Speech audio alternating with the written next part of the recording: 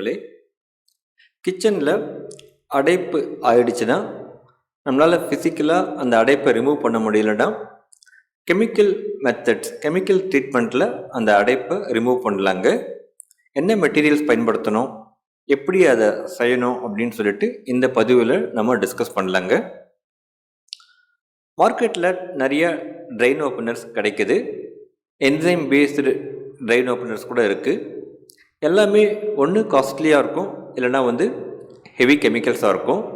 But இன்றைக்கி நாம் பண்ண போகிற மெத்தட் சிம்பிளான ப்ராசஸ், எக்கனாமி, எக்கோ ஃப்ரெண்ட்லி, அது மட்டும் இல்லாமல் ரொம்ப எஃபெக்டிவான மெத்தடுங்க. இதுக்கு நம்ம என்ன கெமிக்கல் பயன்படுத்த போகிறோம்னா baking soda, vinegar, hot water, அவ்வளவுதாங்க. இந்த 3 மெட்டீரியல் மட்டுமே வச்சு கிச்சனோட சிங்கில் இருக்கிற அடைப்பை நாம் எடுக்கலாம். என்ன மெத்தட் அப்படின்னா, முதல்ல பேக்கிங் சோடாவை 1 கப் எடுத்து அந்த சிங்கில் அடைப்பு இருக்கிற அந்த லைனில் போர் பண்ணிடணுங்க.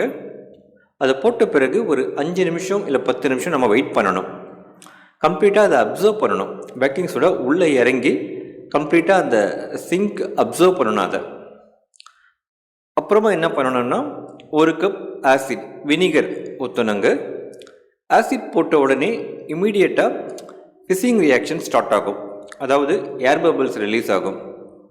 இன்னும் கரெக்டாக சொல்லணும்னா கார்பன் டை ஆக்சைடு ரிலீஸ் ஆகும். ஸோ அந்த கார்பன் டை ஆக்சைடு தான் ட்ரைனை ஓப்பன் பண்ணி கொடுக்கும். அது மட்டும் இல்லாமல் நம்ம ஆசிட் ஆட் பண்ணுறோம், வினிகர்.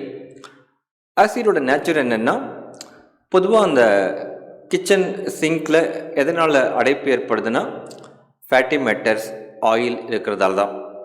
அந்த ஆயில் ஃபேட்டி மேட்டர்ஸ்லாம் ஆசிடில் கரைஞ்சிடும். ஒன்ஸ் அது கரைஞ்சாலே இன்னும் கொஞ்சம் அந்த ட்ரைன் ஓப்பன் ஆகிறதுக்கு ஃபெசிலிட்டேட் பண்ணும். ஸோ ஒன்று கார்பன் டை ஆக்சைடு ரிலீஸ் ஆகுது, ஒரு ப்ரெஷர் அது. செகண்ட் வினிகர் ஃபேட்டி மேட்டர்ஸ், ஆசிட்ஸை டிசால்வ் பண்ணிடுது. ஸோ இன்ஸ்டண்ட்டாக அந்த ட்ரைன் ஓப்பன் ஆக ஆரம்பிச்சிடும். தேவைப்பட்டால் இந்த ப்ராசஸை திருப்பி ரிப்பீட் பண்ணலாம். இன்னும் 1 கப்பு பேக்கிங் சோடா போட்டு கொஞ்சம் வெயிட் பண்ணி திருப்பியும் கொஞ்சம் வினிகர் 1 கப் ஆட் பண்ணலாம். ஸோ நம்மளுக்கு எந்த அளவுக்கு அடைப்பு பைப் லென்த் நீளமாக இருக்கோ, எந்த அளவுக்கு தேவைப்படுதோ அந்த அளவுக்கு இந்த ப்ராசஸை நம்ம கண்டினியூ பண்ணலாம். ஃபைனலாக ஹாட் வாட்டர் வச்சு இல்லைனா பாய்லிங் வாட்டர் வச்சு நல்லா ரின்ஸ் பண்ணி விடணுங்க. இவ்வளோதாங்க ப்ராசஸ். இதை நம்ம எக்கோ ஃப்ரெண்ட்லி மெத்தட் அப்படின்னு ஏன் சொல்கிறோன்னா, பேக்கிங் சோடா அதாவது சோடியம் பைகார்பனேட்டும் வினிகரும் ரியாக்ட் ஆச்சுன்னா 3 ப்ராடக்ட் கிடைக்கும். ஒன்று carbon dioxide, gas. So அதுதான் மெயினாக ட்ரைனை ஓப்பன் பண்ணக்கூடிய மெட்டீரியல், கேஸ். செகண்ட் அதனால் எதுவும் பாதிப்பு கிடையாது, அது கேஸ் ஆக்சுவலாக இன்ஸ்டண்ட்டாக ரிலீஸ் ஆகிடும். செகண்ட் ஒரு சால்ட் ஃபார்ம் ஆகும். தேர்டு வாட்டர் கிடைக்கும். ஸோ அந்த சால்ட் வாட்டரில் கம்ப்ளீட்டாக கரைஞ்சிடும். ஸோ கரைஞ்ச பிறகு ட்ரைனில் ஸ்டே ஆகாது. கீழே டெபாசிட் ஆனாலும் நம்ம சரௌண்டிங்கில் டெபாசிட் ஆனாலும் எதுவும் பாதிப்பு கிடையாது. ஏன்னா அது நியூட்ரலான சால்ட்டு தான். அதே மாதிரி ஃபைனலாக நம்ம ஹாட் வாட்டரில் ரின்ஸ் பண்ணுறோம். அதனால் கம்ப்ளீட்டாக அந்த வாட்டர் சால்யூபிலிட்டி கம்ப்ளீட்டாக இருக்கும். ஸோ எதுவுமே நம்மளுக்கு லைனில் ஸ்டே ஆகிறதுக்கு சான்ஸே கிடையாது. இது ஒரு எக்கோ ஃப்ரெண்ட்லி மெத்தட். நம்ம கிச்சன்லேயும் பாதிப்புகள் இருக்காது, கிச்சன் லைன்லேயும் பாதிப்பு இருக்காது, சரௌண்டிங்ஸ்லேயும் பாதிப்புகள் இருக்காது. ஆனால் பாதுகாப்பாக பண்ணணும்.